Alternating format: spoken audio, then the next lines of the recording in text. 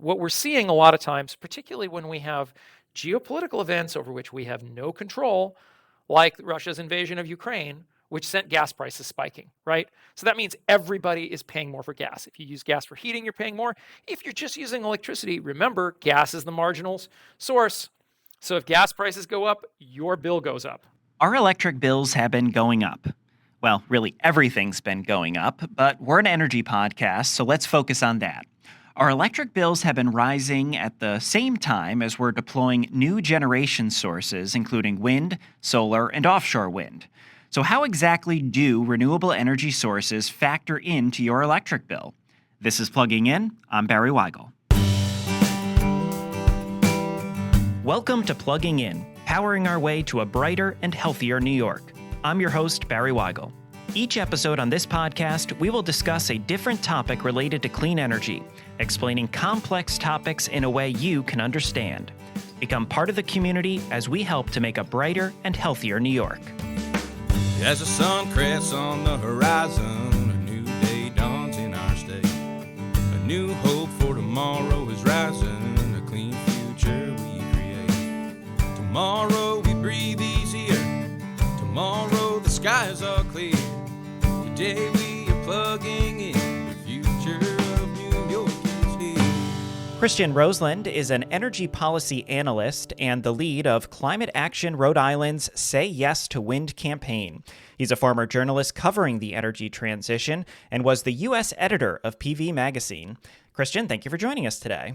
Thank you so much for having me. So let's talk a little bit about the clean energy transition, or just the energy transition.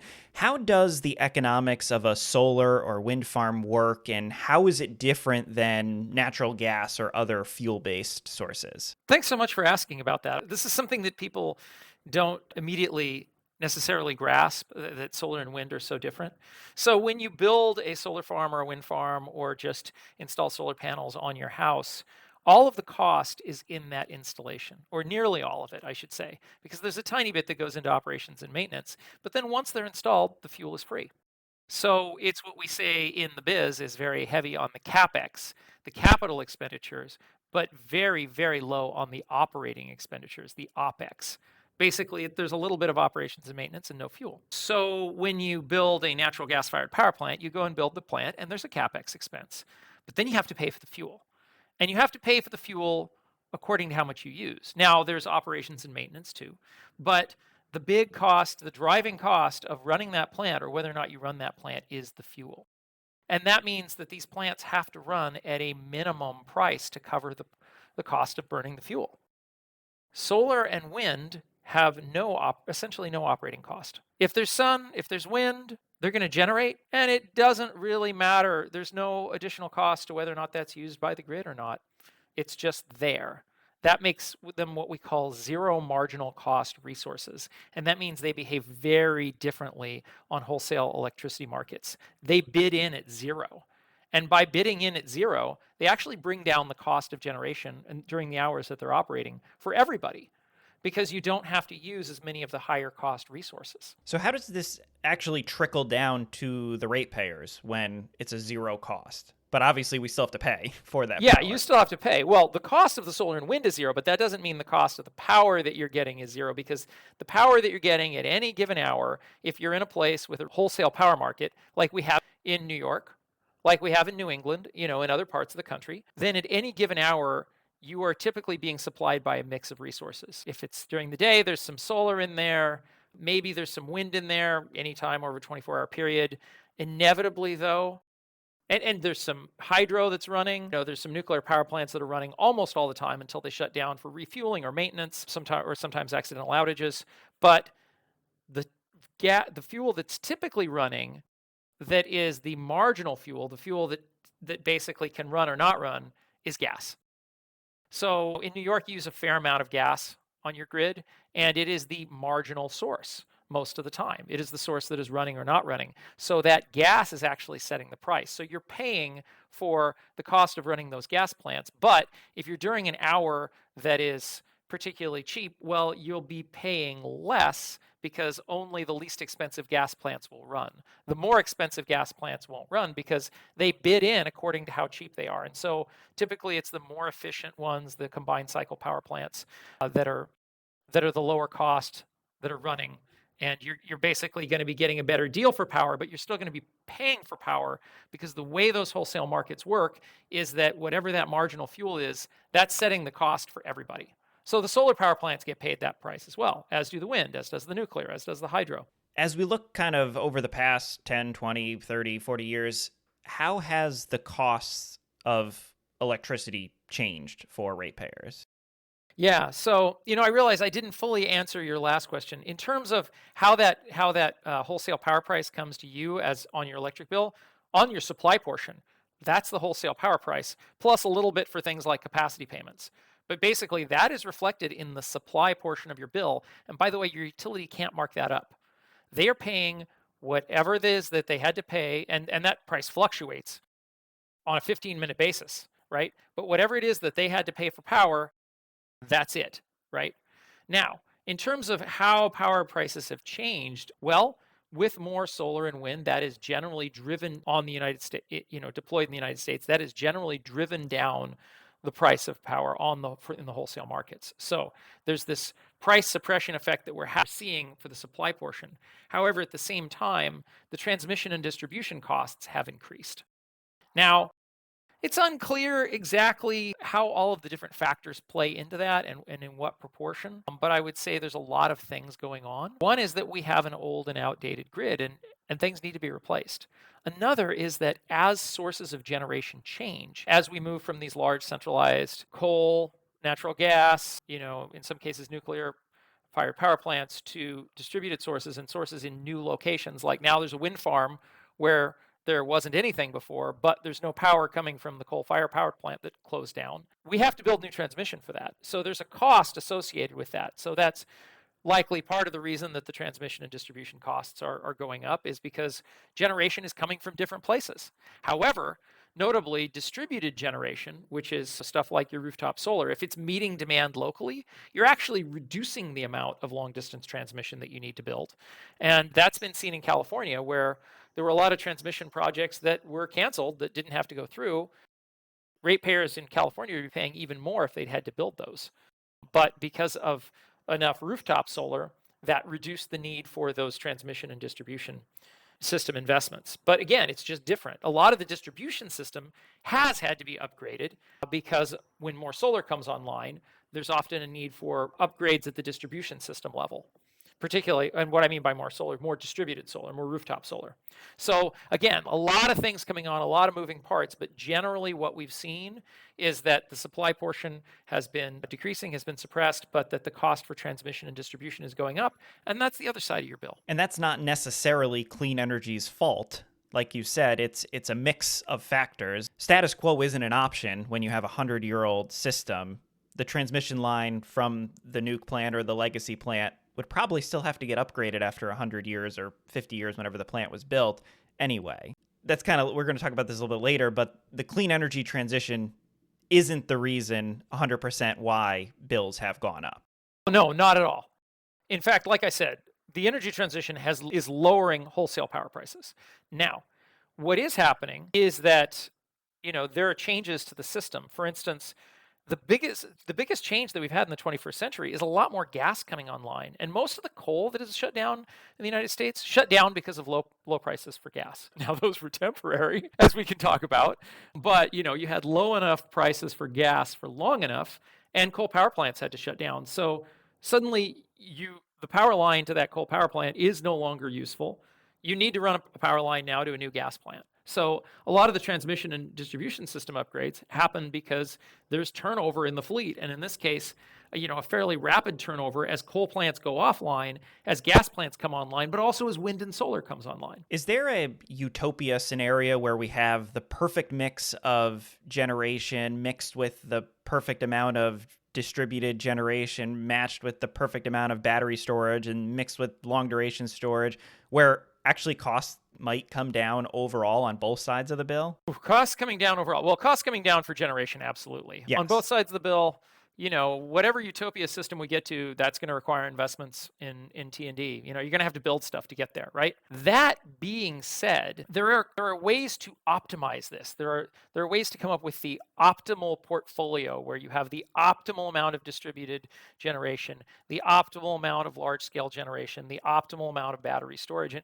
I know academics like Dr. Mark Perez who've created models for this. Like, this is how you figure out what the right amount of solar is, the right amount of wind, the right amount of batteries that are economically optimal so that you're able to meet demand whenever you need to, but you also have not deployed more batteries than you needed to or more solar. One of the things that we struggle with in the Northeast in general is in New England, we built a fair amount of solar. New York is building more solar, but we also have to balance these things on a seasonal basis, right? You need power in the winter too. And as we deploy more heat pumps, we're going to need even more power in the winter. So that's where wind becomes really important. Almost everywhere, I say almost everywhere because California is its own weather anomaly, but almost everywhere, wind generates more in the fall and the winter, right? So wind and offshore wind can help to bring that winter power to offset fossil fuel use, whereas solar generates more in the spring and summer. So you have to have this seasonal balance too here if you want to accomplish this, which is why offshore wind is so key for the long-term energy goals of the entire Northeast, including New York. Yes. Well, we certainly agree on that. So this is an interesting question that I thought I knew the answer to, but you already pointed out before we started recording something I didn't know. So as a society, we're using more power and expected to use more power on a national, global level. But are people, individual households, are they necessarily using more power? No. So the interesting thing is, for decades, we've had utilities saying, oh, we're going to have these, we need to build more, we need to invest more because we're going to have these increases in power usage. Most places in the United States, they just didn't happen. Now, certainly if you're in a place where a new factory was built or, something else changed or one of these Sunbelt cities that was growing rapidly, yeah, you needed more power for the increased population. But on a per capita basis, what we saw in a lot of the Northeast is power use declining because of efficiency. So we got more efficient and, on a per capita basis, power usage was going down. Now, this is offset by increased population. So, a lot of times this is sort of a leveling game. What's interesting now, and another thing I want to point out about reading the data on this is a lot of people will take 1 year's data and they'll say, look, power increased 2% last year. Everybody was really worried because we had so much more power use that it outstripped renewables in 2024. That's going to happen from year to year because of weather. Weather creates this short-term sort of static that you see, and by short-term I mean year to year static in terms of the electricity use, because people use more power when it's hotter to run more air conditioning, right? And if they have electric heating, they use more power when it's cold to stay warm. Now, we do think that that's going to increase more rapidly going forward, and there are multiple reasons. And this depends on where you are in the United States. In the South and in other places, there's a lot of data centers under construction and being planned, places basically where there's cheap power. They're building a lot of data centers, and so the data centers drive more load. Absolutely. AI is going to drive more load. The degree to which that happens, not every planned data center is going to get built. Projections are hard to make on that one. There's also, recently in the last few years, been more manufacturing in the United States. Thanks to the CHIPS Act and the Inflation Reduction Act, we have actually been building semiconductor factories and solar factories, and that's more electricity use. So that's driving up electricity use. Now, again, a lot of these things are very geographically specific. Doesn't mean that here in New York, you're necessarily going to see an increase in your bill. But then there is electrification of heating. Mm-hmm. People are moving to heat pumps and away from gas, which is great. It's great for the climate. It's more efficient, but it means more electricity use. And then there is electrification of transportation. The more EVs on the road, the more electricity demand that you have, right? So as you increase the share of EVs at this point is pretty small in a total number of cars on the road measure.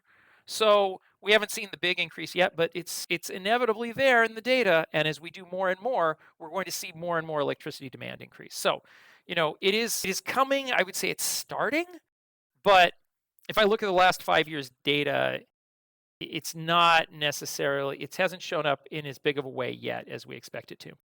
So hopefully people have more of an understanding of everything we talked about right now, but that might not make them happy. So if people listen to this and they're still thinking, their bill is too high, What can people do about it? Is it big scale things like getting involved in lobbying and writing to the PSC and things like that? Or should people be focused on reducing their personal energy usage? But like you said, that's not always a good and bad thing, because I bought an EV, my electricity bill went up. That's a good thing for me because I'm Yeah. not paying at the gas pump. Pretty much anywhere in the United States, you're paying less for electricity than you would be paying for gas. So yeah, your Absolutely. power bill's higher, but you more than made up for that in the savings elsewhere. I drive an EV too, and it's the same thing. So So what do you tell disgruntled New Yorkers that say their bills are my too darn answer high? is both.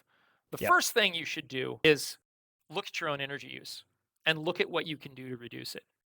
And this can be remarkably simple things. I'm amazed at how many people don't use curtains and blinds. I use both, right? In the winter, I have my heavy curtains, and after the sun goes down, I close them to keep the heat in my apartment. And then in the summer, the curtains are pretty much open all the time, but the Venetian blinds are working. And I'm setting the blinds so that I'm not getting direct gain from the sun, right? So this is a very simple. Curtains are not that, yeah, you might spend a couple $100 on curtains you like, but they're not that expensive. But getting heavy duty curtains, for keeping the warmth in, that's huge in the winter for whatever your heating bill is, whether that's gas or whether that's electric.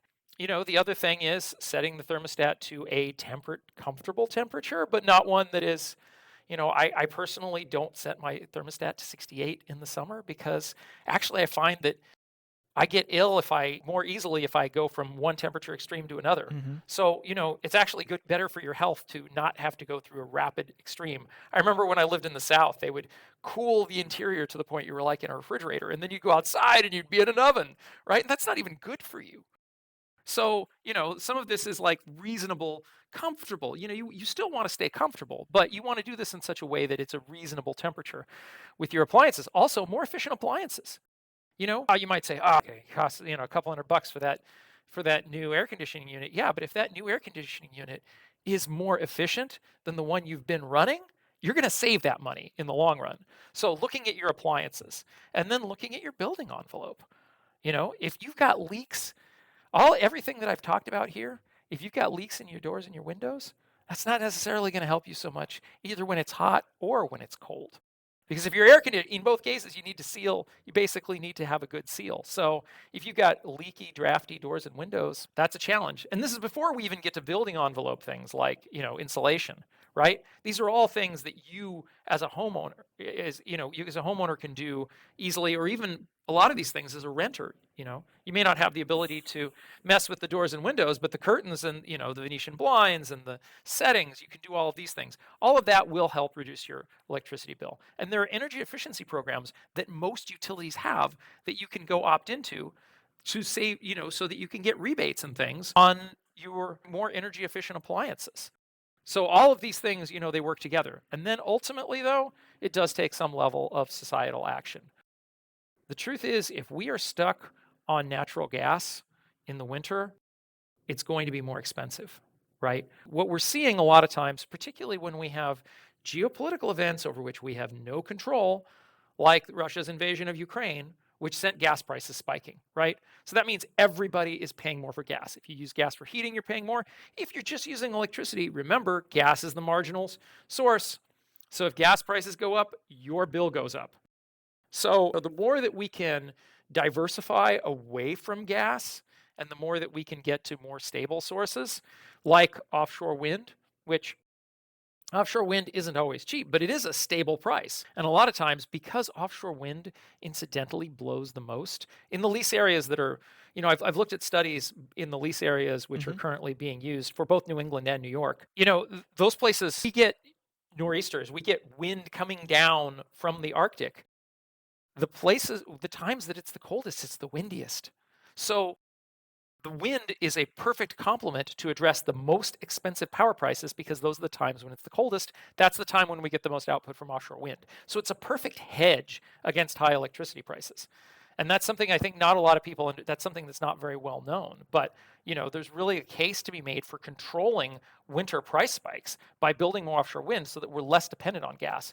So even if we have to pay for a lot for it, at least we'll be using less of it, and therefore the volumetric portion won't be as high. The multiplier won't be as high. It's another one that I do that I love to do in the winter. I zone. If I'm in one room, I actually have electric resistant space heaters. They're nowhere near as efficient as heat pumps. Heat pumps are way better, but I'm only heating one room. I close the doors, and if I'm in that room, I'm heating that room. And I'm perfectly comfortable. And if I'm going to work and going to do something in another room, I'll set the heater up in there. But I'm not heating the whole building envelope because I don't have to. And that saves me a lot. Absolutely. Yeah, very good advice. And I'll do a plug for our previous episode on NYSERDA's home energy audit program, because just like you mentioned, it's a free program. NYSERDA will come and with a contractor and give you that information and some steps that you can do personally to help on your energy efficiency. So, Christian, a lot of good information, and I really appreciate you joining us today. Yeah, my pleasure. Thanks, Barry. Thanks for having me.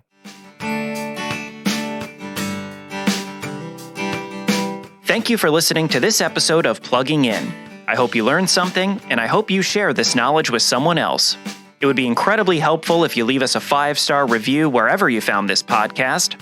If there's a topic you would like us to cover in the future, or have a question about clean energy, send us an email at podcast@aceny.org.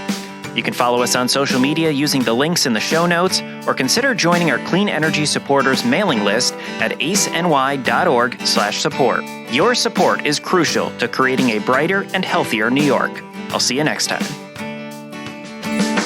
As the sun crests on the horizon, a new day dawns in our state. A new hope for tomorrow is rising, a clean future we create.